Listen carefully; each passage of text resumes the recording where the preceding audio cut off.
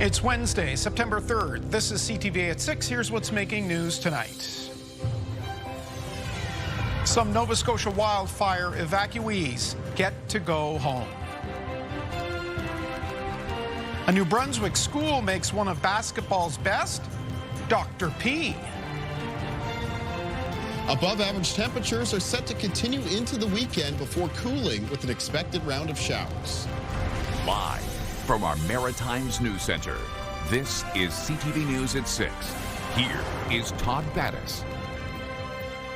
Good evening. As we come on the air tonight, many of the people forced from their properties by the Annapolis County wildfire are going home. The barricades came down not long ago, allowing many evacuees to return after days of waiting and worry. CTV's Hafsa Arif has details from the area. Most families forced out by the Long Lake wildfire are finally going back home after weeks of waiting. Going in for the first time. How do you feel? Oh, good. I know the fire wasn't around us, and I think everybody looked after it very well. By 9 a.m., the first wave of residents were allowed through. More followed later in the morning. We give them an information package, just give them some ideas what to look for and stuff like that, and we give them the disaster preparation list because they're still on alert. It means that if the fire status changes, people could be forced to leave once again.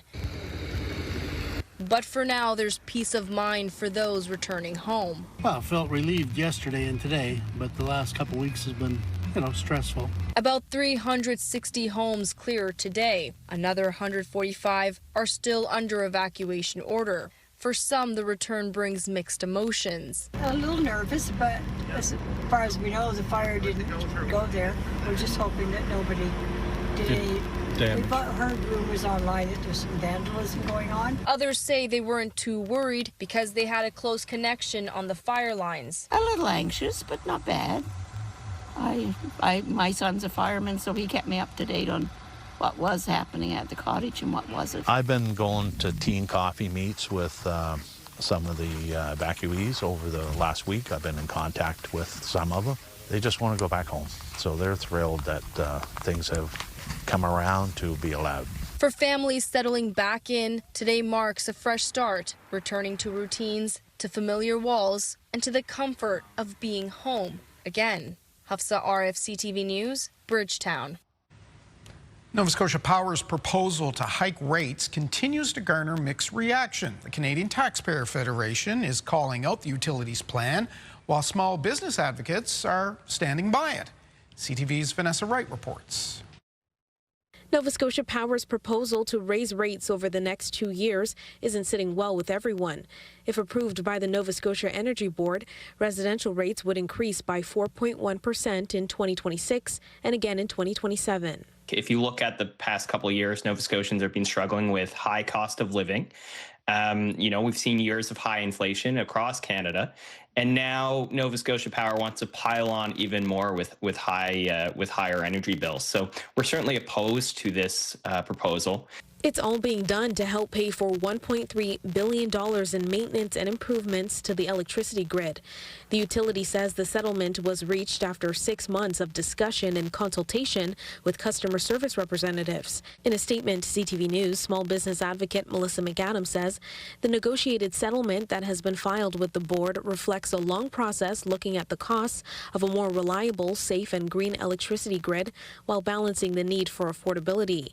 The SBA believes that the agreement represents a reasonable resolution of these competing pressures. Yesterday, Premier Tim Houston called the utilities' move out of touch. The Canadian Taxpayers Federation agrees.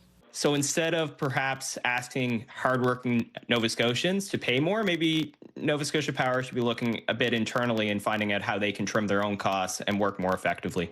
They want the province to step in and have a more direct role in the situation. It's clear citizens, taxpayers, seniors, families in this province are concerned about this rate hike, and I think it should be something that the government should look at potentially intervening in more directly to address this issue. NSP is expected to file the settlement by the end of the month. New rates would be effective January 1st of both years. Vanessa Wright, CTV News, Halifax.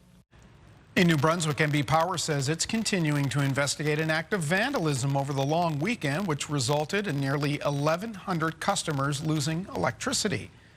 The utility says crews discovered cables had been badly vandalized along the Bucktooth River Bridge. That was early Saturday morning. In order to restore power to all customers, NB Power says workers installed an overhead line across the river. NB Power notes nothing was stolen. Power was fully restored to customers overnight on Sunday. On our website right now, we have details of an arrest of an Ontario man charged with sexual offenses involving Nova Scotia youth, and you can read that report at ctvnewsatlantic.ca. The old saying, there's no such thing as a free lunch, applies to New Brunswick schools. A pay-what-you-can plan promised in the provincial election has been shelved, for now at least. At a rural school this morning, however, Premier Susan Holt announced there will be breakfast for all students. CTV's Derek Haggett was there. It was only the second day of school at Central New Brunswick Academy, but students were already treated to an assembly. Premier Susan Holt was there to announce all 296 schools will have access to its free breakfast program. But a pay-what-you-can lunch program promised during last fall's election campaign will have to wait until next September. We want to get it right. We don't want to blunder and trip over working out the kinks on the backs of students and teachers in the middle of a school year. Holt says some schools need more infrastructure to make it work. So we want to do a rollout that is smooth, that is non-disruptive, that is equitable, and that gets everybody up to the same bar.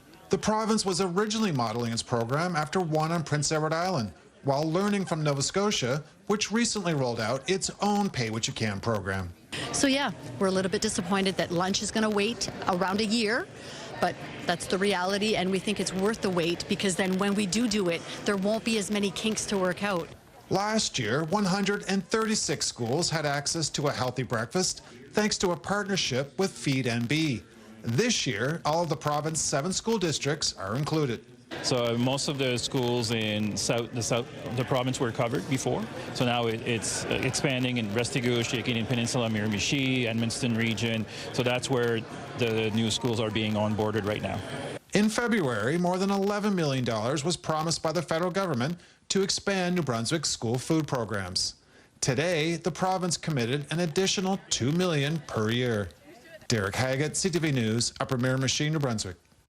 In tonight's CTV web poll, we're asking this: should the provinces provide meals to school children? Your options are yes, and they should be free. Yes, with a pay-what-you-can model, or no, schools should not be responsible for feeding students. And you can have your say right now, ctvnewsatlantic.ca. There's a look at Uptown St. John at this hour, where it's 19 degrees, plenty of blue sky and blue seas for that cruise ship that's in port, as we bring in Kayla Mitchell for our first look at the forecast. A beautiful evening there in the port city. Oh, absolutely. Now, I wonder if those people in the cruise ship will get to see that fog roll in a little bit later on. That is certainly a possibility as we make our way through this evening and tonight, because tonight's weather in many respects is going to play out like the last couple of nights, which does include some fog developing for some of those coastal areas. Now, temperatures this evening for many areas away from the coast are actually still sitting up around the even mid to high 20s. Miramichi right now sitting at 28 degrees. We got 25 both Summerside and Charlottetown and Prince Edward Island, and most temperatures in Nova Scotia at the moment between 21 and 25 degrees. A little bit cooler at Yarmouth, reporting a temperature at 19. Winds are light. They're mostly out of the south. They're being sustained now between around 5 and 20 kilometers per hour. No strong gusts expected. Winds will continue to get a little bit lighter as we make our way through the night. As the winds get lighter, it's a better chance of some of that fog developing, not only for coastal areas, but the potential for fog patches inland as well. The only alert we have in effect for the region is the one that's been in place, well, basically going on weeks now, and that is the air quality warning for Annapolis County in Nova Scotia because of the Long Lake wildfire, where that smoke is present near the surface and more on the dense side, of course, impacting air quality. Over on radar and satellite, most of the Maritime's looking at pretty quiet weather for this evening and tonight. The exception being right around the northwestern corner of New Brunswick, but there is a line of some showers and some thunderstorms that's moving in from the west. It's being pushed that way by a weather front that's off a low pressure system making its way through the Great Lakes. So up around the northwest, including Edmundston, there's still a chance of a thunderstorm as we make our way through this evening. That wet weather, though, is not going to become widespread. We're still just looking at very low shower chances on Friday for the region, and then a higher chance of showers in the weekend forecast.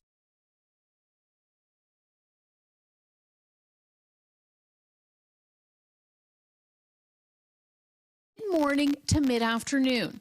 Tactics include asking for directions, pretending to need help, starting an argument or scene, spilling something on the victim, offering to sell or gift jewelry, and asking the victim to pray with them. Police are troubled by the increasing level of violence by suspects, which are believed to be linked to organized crime. To stop thieves, officers in the east and west have launched a coordinated effort with targeted investigations and are increasing patrols in commercial, residential, and high-traffic areas. Tips to protect yourself include making sure bags are zipped, not to leave them on tables or the backs of chairs, and keep a distance. If someone is close enough to put a necklace around your neck, they're too close. Beth McDonnell, CTV News. A 17-year-old boy and a woman in her 30s have been injured in a shooting in the city's West End. Police say the woman was caught in the crossfire when the shootout erupted near York Memorial. Tries to reclaim moisture. For some in Sam Lutz's orchard, it's too late. We'll be looking at probably a couple hundred trees per acre, maybe 15 to 20% of our trees in this block. That means years of care put into the tree is lost. Even if the tree does survive, we don't expect it to crop much next year, but more likely these trees could just shut down and have to be replaced next year. And it's obviously the loss of this crop, but now the 4 or 5 years that we've invested in the growth of this tree up until this point is kind of wasted. There is still some hope that the late season varieties of apples can be salvaged. That will depend on getting some regular rain over the next couple weeks, something that has been missing for most of the growing season. And Todd, potentially with no market for what Peter Elderkin says are undesirable apples, his crop might just stay where it is because you can't afford to pick these apples, Todd, if you can't sell them. All right, John, that is some unfortunate news. It's certainly the pictures show it. Thank you from the orchard tonight. Well, last night we told you about demands to improve safety in downtown Moncton. The hub city, as it turns out, is not alone struggling with drug use, crime, and vandalism. Miramichi is going through the same thing. As CTV's Nick Moore reports, there's division in that city over how to deal with it. Queen Elizabeth Park is at the center of downtown Newcastle and Miramichi, but the downtown Newcastle Business District says it's also become a hub for vandalism, open drug use, and aggressive behavior. In the last 8 weeks, it's been a tidal wave of concerned citizens who are not feeling heard. Tiffany Gallivan is president of the downtown Newcastle Business District and says the problem has taken a real turn this summer. Discarded needles, busted up crack pipes, and the general amount of blood that we've been finding in the park on benches, and also the urination and the feces that has been inside of that park. Gallivan has been sharing photos and videos online of vandalism and damage in the area, as well as small fires that have been set. The downtown Newcastle Business District is calling for Queen Elizabeth Park to be blocked off, calling it an issue of public safety and public health. Until we can really find out whether or not that soil and that space is contaminated. Adam Lorden is the mayor of Miramichi and agrees there has been an escalation of open drug use and vandalism this summer. It's become something that is untenable. So, as a city, we're very concerned about this, and we agree. It's out of hand, and we have already taken some steps in terms of increased police presence and activity to try to get some of these things under control, and there's a lot more work to do. Miramichi Police Chief Brian Cummings says there has been more foot patrols and that surveillance cameras have been installed in the area. Mayor Lorden says gating off the park is not an avenue being considered right now. I've not seen any data that would indicate that would be helpful at all in addressing drug use or incidents of criminality. Both Lorden and Gallivan acknowledge there has been friction between the downtown business district and City Hall on the issue. City Council passed a motion last night for police to develop an action plan for public safety in the downtown area. A public town hall meeting on the topic has been organized for September 10th. Nick Moore, CTV News, Miramichi.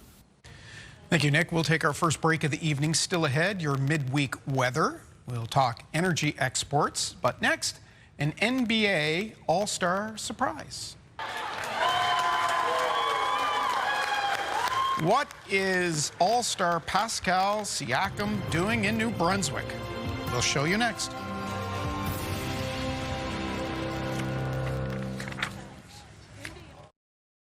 Get the Maritime's top stories, breaking news alerts, and watch live. Download the CTV News app. Well, you've heard of Dr. J. Meet Dr. P. Pascal Siakam, one of the NBA's best, former Toronto Raptor and fan favorite. He's receiving an honorary doctorate from UNB this evening. But first, he surprised young fans at a school in Gagetown. CTV's Avery McRae was there. It's a second day of classes students at Gagetown School won't ever forget. Unknown to the kids, NBA star Pascal Siakam paid a visit to the small town kindergarten to grade 12 school. I went insane. I was sweating so much, I could not handle it. I was just extremely surprised and didn't know what to say. In his first ever visit to New Brunswick, the 2019 champion with the Toronto Raptors spent time with students to celebrate their achievements with Data Dunkers, an innovative basketball and data science learning experience for students that Siakam partners with through his PS43 Foundation. Technology is the future, and we just want to continue to empower kids through technology and through education. And for us, like, this is a perfect way to do it. Basketball and data together, like, that's a perfect kind of like marriage. Not only did students get to show the Indiana Pacers forward what they have achieved through his program, they also got to ask hard-hitting questions alongside students who joined them virtually from Sunny Brae Middle School in Moncton. We are making core memories here and inspiring the students. In the context of data science and basketball, I don't think it gets any better than that. Perfect way to start the year. That's the most special part about it, is the fact that we can go in places where it's not expected. I remember for me as a young kid, you know, going to Basketball Without Borders in South Africa and like seeing NBA players, and like it changed my whole mindset about, you know, wanting to be in the NBA. Like it just gave me a different perspective that I think helped me like shape the person I am today. So that's what I'm hoping to do also. It's another chapter in Siakam's growing relationship with New Brunswick. UNB offers a Pascal Siakam scholarship awarded to a student from his home country of Cameroon enrolled in computer science. It really allows them more time to study, invest in their future, and so for them it's a game changer, and we want to just make sure that they have a great experience and a strong future. And Todd, this was just the first stop for the NBA All-Star in New Brunswick today. This evening, Siakam received an honorary degree from the University of New Brunswick and took part in a fireside chat with former Premier Frank McKenna on campus. Todd? Avery McRae in Gagetown, thank you. We still think of him as a Raptor, don't we? Still to come in your newscast tonight. A sunny start to September continues tomorrow. Kayla Mitchell has the full forecast and the details coming up.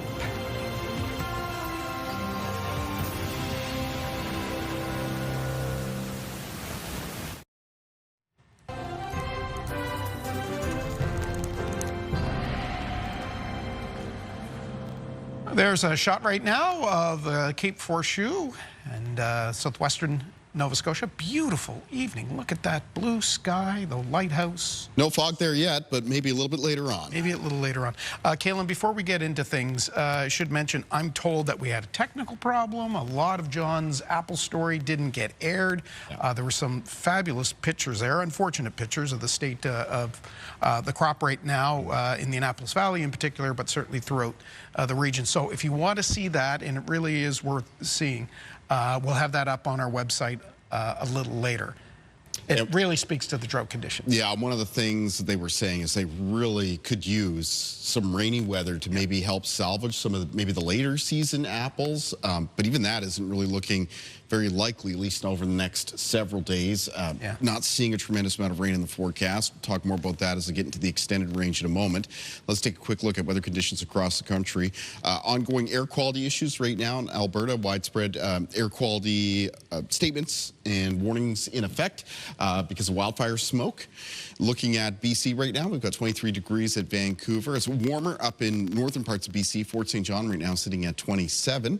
Temperatures have cooled in Saskatchewan and Manitoba. Saskatoon 18 right now. Winnipeg sitting at 12 degrees.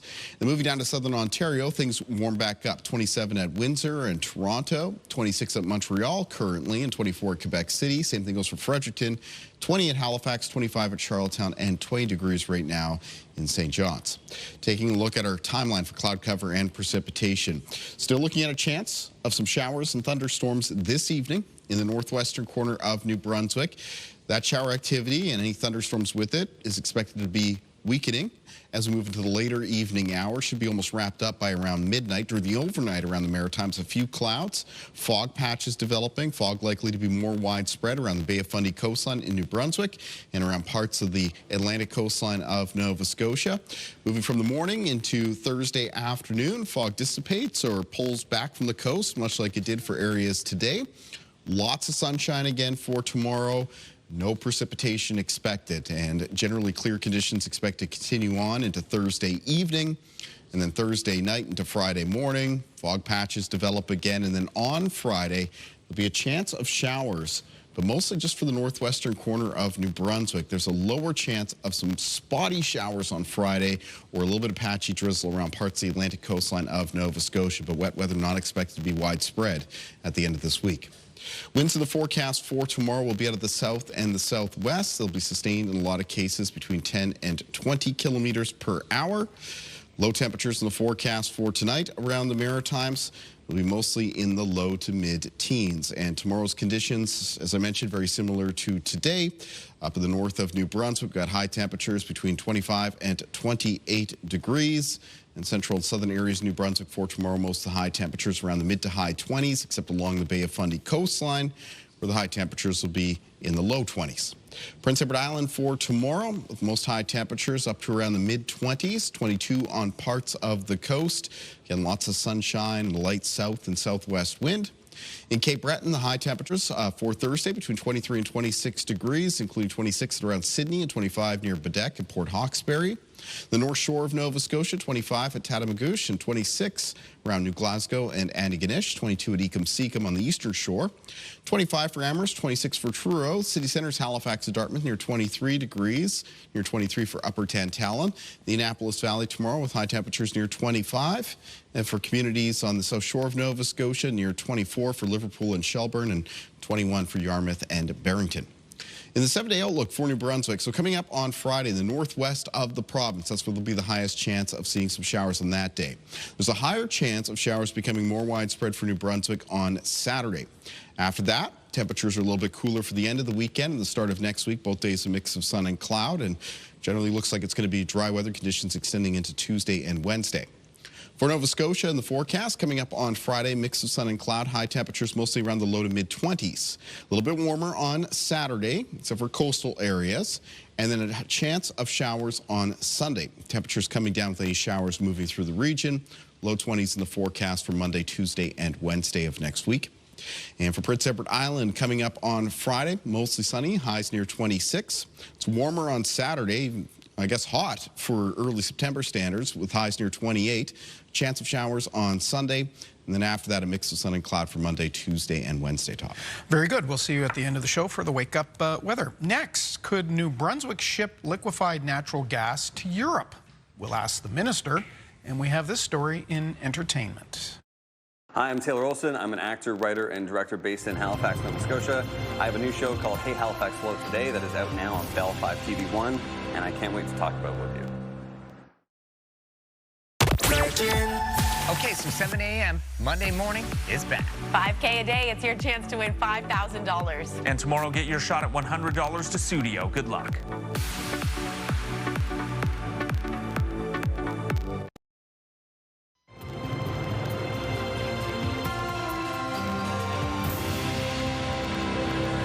Welcome back. Well, the federal cabinet is meeting this week, laying out priorities ahead of Parliament's fall session. Of the big infrastructure projects Ottawa is eyeing is building LNG ports, possibly in Manitoba and Montreal, to export to Europe.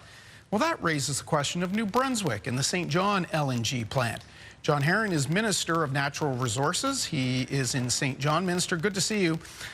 Look, before we get into that, we've become rather accustomed to seeing you in your regular wildfire updates, and maybe we can take this opportunity to ask you to give us a sense of where we are with wildfires in the province today. Sure, we can multitask, I guess, in that regard. So I would say that I welcome the conversation with respect to our wildfire situation today, more so than I would have 14 days ago. At that time, we were facing 39 fires, two of extraordinary amount of concern, a forest floor that had not been as dry as it is today since 1986. And the situation we see now, instead of having 39 fires that were active, we have two fires of concern. One of those is we deem it as contained, and the other one is a fire that's still 456 hectares that we're still trying to beat down. We are making good progress on that fire, and we're in a very good situation right now. The women and men firefighters that we have at DNR, our fire center, they've just done an extraordinary effort. We thank New Brunswickers for their support and cooperation during the precautions that we had in place, and it got us into a better place today than we were 2 weeks ago. Do you ever recall a summer this dry? The fire center itself, they actually track this type of data. It's their perspective. This is the driest summer that we've had since 1986. Wow, 1986. Yeah, and that was a bad year, as many of us will recall. Let's turn to liquefied natural gas. The Prime Minister suggests ports in Churchill, Manitoba, Montreal could be built to export to Europe. New Brunswick hasn't been mentioned a whole lot, if at all, despite having an LNG facility. Why not? Well, I'm not fussed by any means in terms of what ports had been mentioned. I think this very much can be an and conversation versus an or conversation. To be frank, is that we're in this is a date-driven exercise. We need to be able to get to market to serve that European market within about 3 to 4 years. And why I say that is that there's an immense amount of LNG capacity coming online in the Gulf Coast. Qatar is now the #2 supplier of LNG exports in the world. It's probably hurting their feelings about that because they're now behind the United States. They may ramp up production.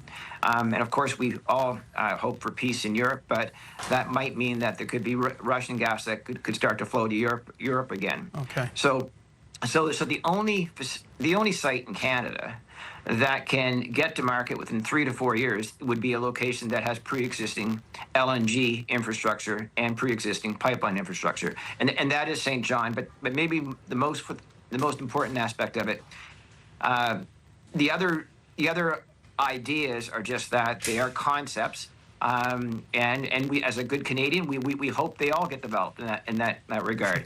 This one's different. Go ahead. Yeah, you've got private industry that would certainly be paramount within this setup. You've been in talks with the owner of Repsol and the pipeline builder TransCanada about options. Are they interested? What did they tell you? Yeah, so that is the difference in a St. John context, is that we're dealing with real companies. That the owner of the main line that would move gas from the Empress Trading Hub in Alberta through to Ontario and ultimately to the Bay of Fundy. The owner of that pipeline, as far as Quebec City, for the most part, is TC Energy. We've had discussions with them at an executive level. I don't want to embellish it. It's not at the C-suite, but we've had regular check-ins throughout the summer. And the same thing with Repsol. I do want to point out, though, is that we approached both TC Energy and Repsol initially that we saw a very strong signal from this federal government that this prime minister wants to build big things. The previous prime minister certainly did not. So things are different, and they get that. So the conversations are advancing. They're beyond maybe the nascent stages of it, but there's still a lot of work to be done. But but to accelerate that, the federal government clearly has a role. Is that they need to be able to, if they want to be able to service that German market, that German demand, sending a signal that a national pipeline that would get gas to the Bay of Fundy, then we could get some things done. And I had a great conversation with Dominic LeBlanc over the weekend, and I think he has a clear understanding of what the opportunity is in St. John. Repsol, which owns the St. John LNG facility, had stepped away from a pipeline because they simply said the costs were too high at the time. Is it change the narrative now if the federal government is willing to get behind projects like this? And would you have to get Quebec to be on board to finish a pipeline through to Tidewater?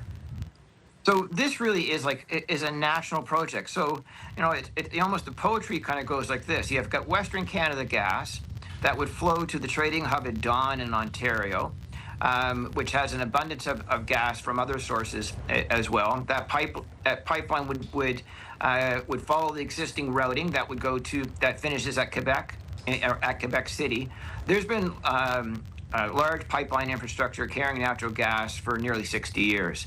So instead of having a pipeline imposed on the province of Quebec that they don't want, meaning carrying oil, you'd be having a pipeline that would have gas. So bringing gas from Quebec City toward Rivière-du-Loup, that would service an area that is underserviced today, and that would provide an energy source where there'd be economic development opportunities using that energy that would help Quebec and that region of the province. So clearly that's part of it. But I'd also would suggest that the new pipe coming from Quebec City that would connect with the Maritimes and Northeast pipeline in New Brunswick, that could be potentially state-owned for a period of time until for permitting purposes, and then TC Energy or whoever built the pipe could procure it back. But I also would envision that either a significant portion, if not even the majority of that pipe, could be First Nation owned by the Wolastoqey and the Mi'kmaq. And I've had conversations with members of both of those First Nations, and they're interested in this type of concept as well. Minister, we're going to have to leave it there. There's lots of moving pieces. We're certainly going to keep on this, and we appreciate you taking the time to explain to us where we're at this point. We will certainly be watching it. Thank you. Still early days. Thank you so much. All right, that's John Herron, the Minister of Natural Resources in St. John. We'll be right back.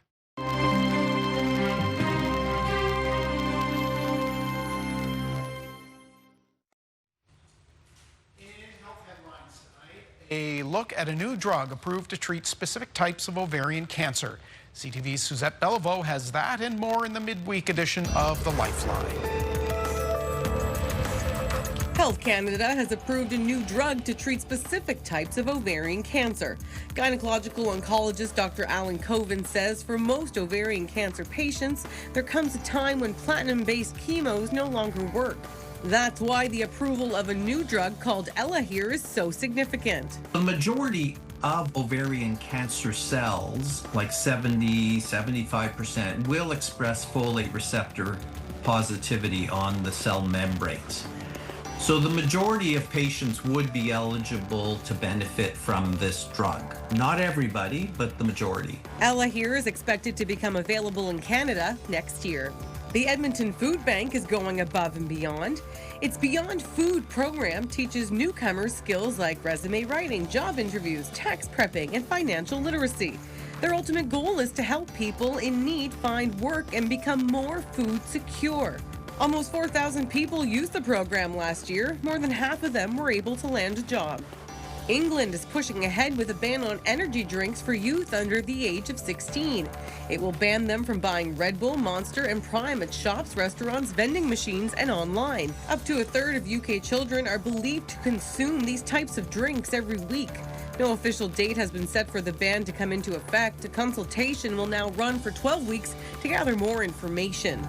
With health and medical news, I'm Suzette Beliveau for The Lifeline.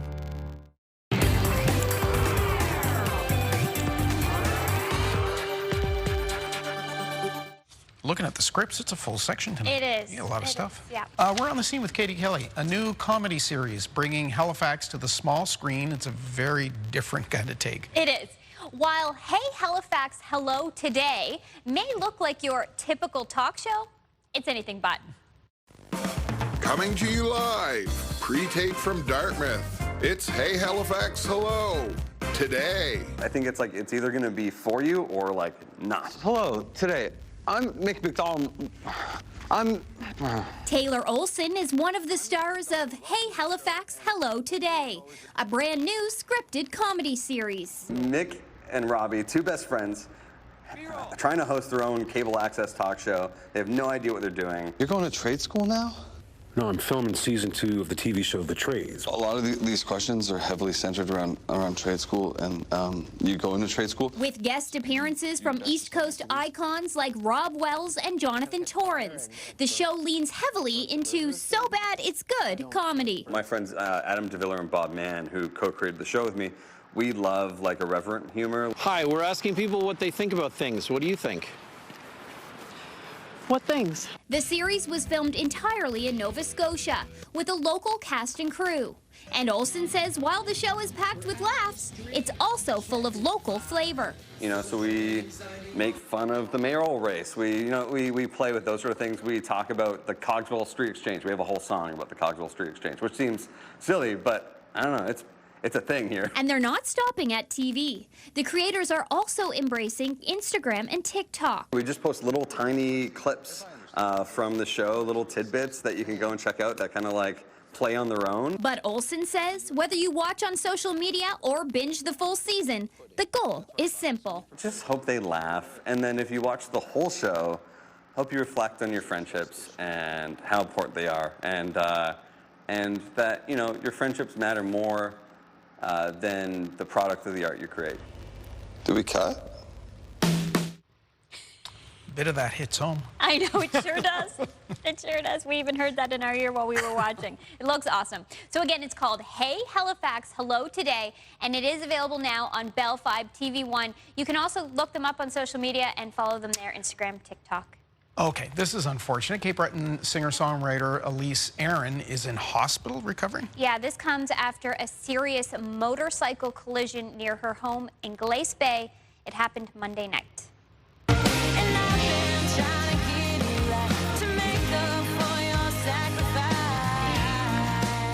A post on her official Facebook page says Aaron was airlifted to Halifax, where she was stabilized. Her partner, Garrett Taylor, who had been riding ahead and was not injured, has been by her side ever since. A GoFundMe has been launched to help cover living and medical expenses while Elise focuses on her recovery. And her team says, though, she's a fighter, and with the support of fans, she'll be back on stage soon enough. We do have a link to that GoFundMe up on our website. But I know Elise personally. She is not only an amazing musician, but an amazing person. And, of course, we are wishing her all the best. Yeah, we certainly are. Last-minute change to tell folks about at the upcoming Sommo Festival. Yes, so organizers announced Alex Warren will no longer perform next weekend, citing a scheduling conflict that left them in a difficult position.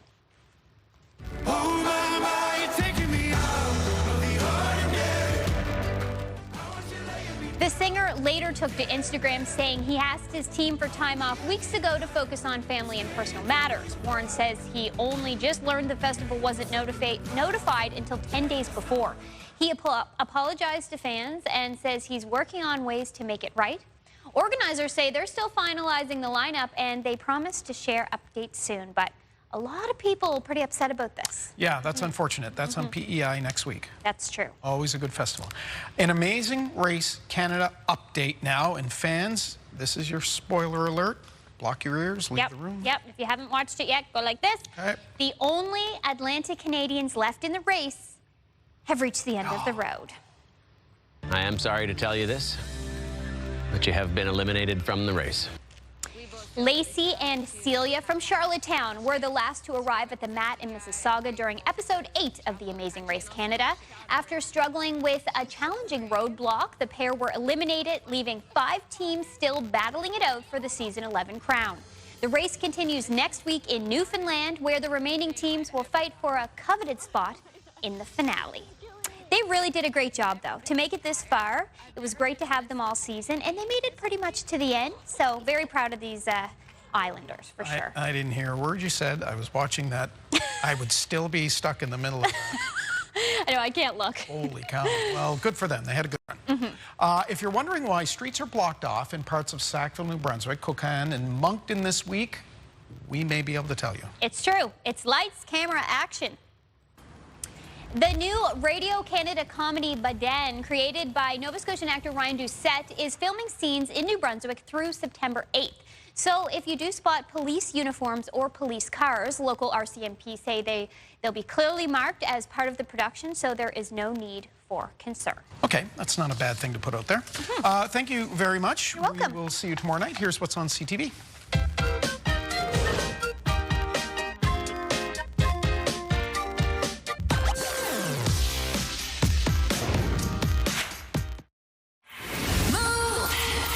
With Crash and Sarah Betts. Tomorrow we're talking what you were known for in school. I was the gum guy. All right. Also, let's see if you can beat the bank coming up at 7 a.m.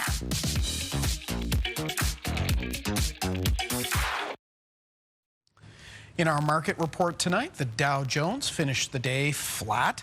A major Canadian player in convenience stores reported earnings. B&M Bloomberg's Morella Fernandez has those details. Alimentation Couche-Tard reported earnings with revenue down year over year. The company's based in Quebec but owns convenience stores around the world. It brought in more than $17 billion in its latest quarter. That's a 5% drop from last year. Still, investors weren't phased, pushing the stock up nearly 8% at one point today. Here's a look at how the trading day ended. The Canadian dollar is down slightly to $72.48.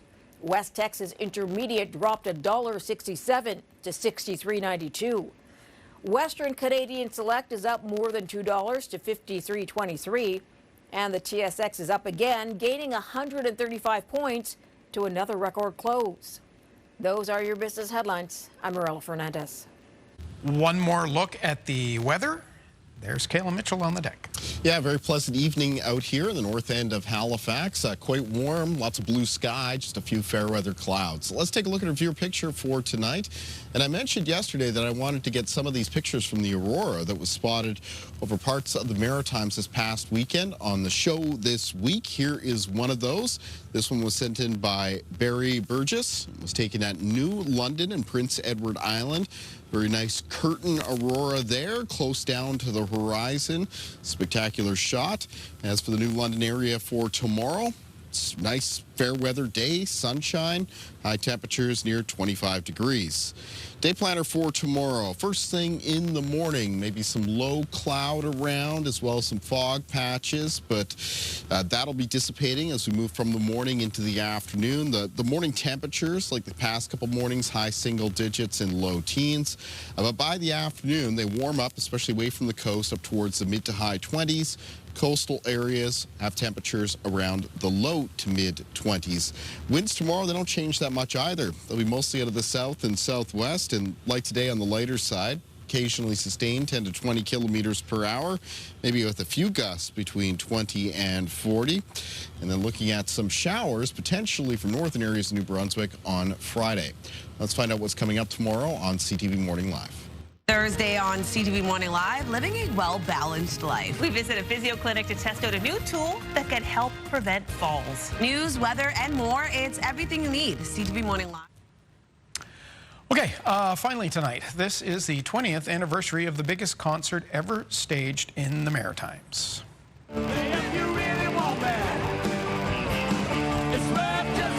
Were you among the fans who packed Magnetic Hill on this day to see the Rolling Stones?